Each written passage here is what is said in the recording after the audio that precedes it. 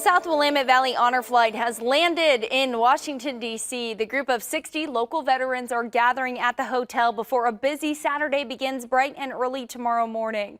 Along for the trip is KVAL anchor Brandon Kamerman. Brandon, how was the journey from Oregon to Washington?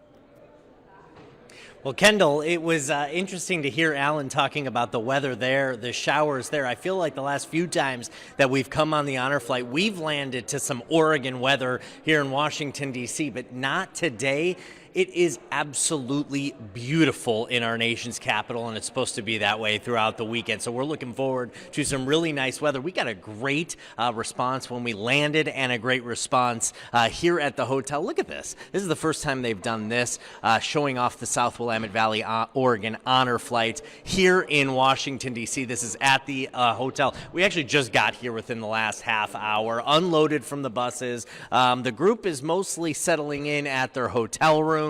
And then we're going to have some dinner and get to bed early because we've got a packed full day tomorrow. But this is a really great group. So I mentioned this earlier. There's 49 Vietnam vets on this group, 8 Cold War veterans, and then 3 Korean War veterans. So that makes a total of 60, but you see how present the Vietnam vets are on this trip. It's still 3 Korean War veterans. I got to speaking with one of them, 95 years old. He said, they said that they wanted to get a wheelchair for me. Here's some of them coming to get dinner ahead of time. Say hi, everybody. People at home are watching. He said he's 95 years old. They wanted to get him a wheelchair, and no. He said, I run 3 miles every day at 95. This is the kind of group we have here. Really an awesome group that's outgoing. That's the biggest thing I've noticed about this group so far is how outgoing they are. Lauren's going to walk ahead and show a little bit of everybody gathering. And getting ready to eat some food ahead of, again, a busy day tomorrow where we start right and early. 6 in the morning is when we get going. That's 6 in the morning Eastern time. That's 3 in the morning Pacific time, so you guys should be in bed by that point. But we're really looking forward to an exciting day. We'll continue to provide coverage online, on social media, and right here on KVAL News. For now, live in Virginia, Brandon Kamerman. Let's go back to you. Along for the trip, KVAL anchor Brandon Kamerman. Brandon, are you having tons of fun?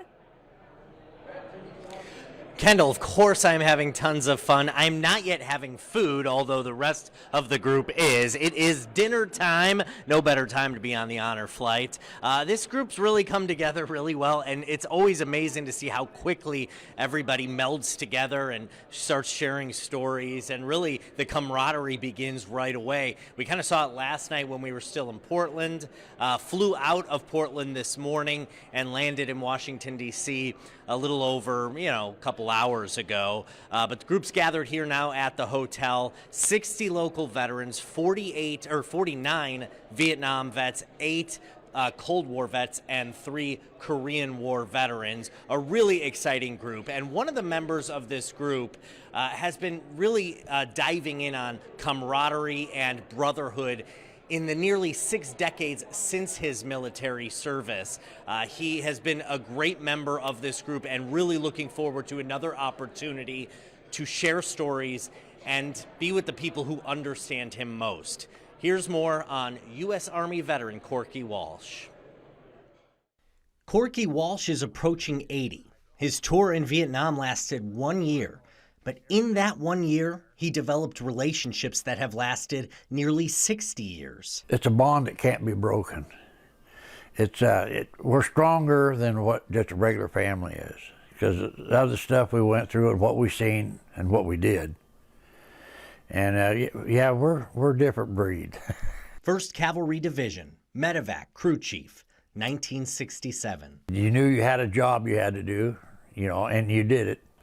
But we all relied on each other. There's a 5-man crew. We had 2 pilots, a door gunner, and a crew chief, and a medic.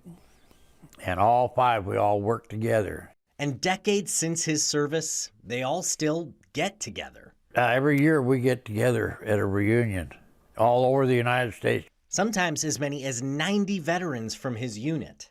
The way we can relax is to go to a reunion. And we can go back there, it'd be 56, almost 58 years now since I've been there. But you get back with them guys, it bang, just like that. You're right back there. Talking about the good times. You can't wait until you see each other again. But you can't ignore the bad times. We're quiet. We hold a lot of stuff inside us. Do you? Oh, yeah. There's stuff I'll take to the grave with me, you know. But that's life. You know, some things I'll talk about, some things I won't. Like all the horrors of war. We've seen things that normal people, in 1 year, that normal people will never see in their lives. He'll talk about flying in a helicopter. It's an adrenaline rush. Every time that engine turns and you're going, you're flying treetop level, 120 knots. And you just, boom, you're ready. What he can also talk about is the people he rescued. In the year I was there on the logs, I had hauled over 2,000 wounded. To him, it was just a job. For those more than 2,000, it was their life. One guy I was talking one day, and this guy says, "You ever heard of LZ Betty?" I said, "Oh, God, yes." I said, "I remember when it got overrun." I said, "I was in and out of that thing 8 or 9 times that night, taking the wounded out." And he looked at me, he reached over and shook my hand. He says, "I was one of the guys you brought out of there." That's one of his stories from 1 year in a war zone. You fly with these guys, you live with them, you laugh with them, and you cry with them. That was life. And we've all stuck together all these years. And like I said, we're closer than family. So another opportunity for Corky to grow that family a little bit, that family of veterans who really he understands and they understand him. Tomorrow is a beautiful whirlwind of a day. We get up at 6 in the morning. That's 3 in the morning Pacific time, and I can't say we fully adjusted to Eastern time quite yet. So it is going to be an early morning, and we don't stop. We are running and gunning, going from memorial to memorial, monument. We also go to Arlington National Cemetery, the Women's War Memorial, and so it's just an incredible experience tomorrow, and that's really when we get to see the emotions come out and some of that camaraderie and brotherhood really established even deeper.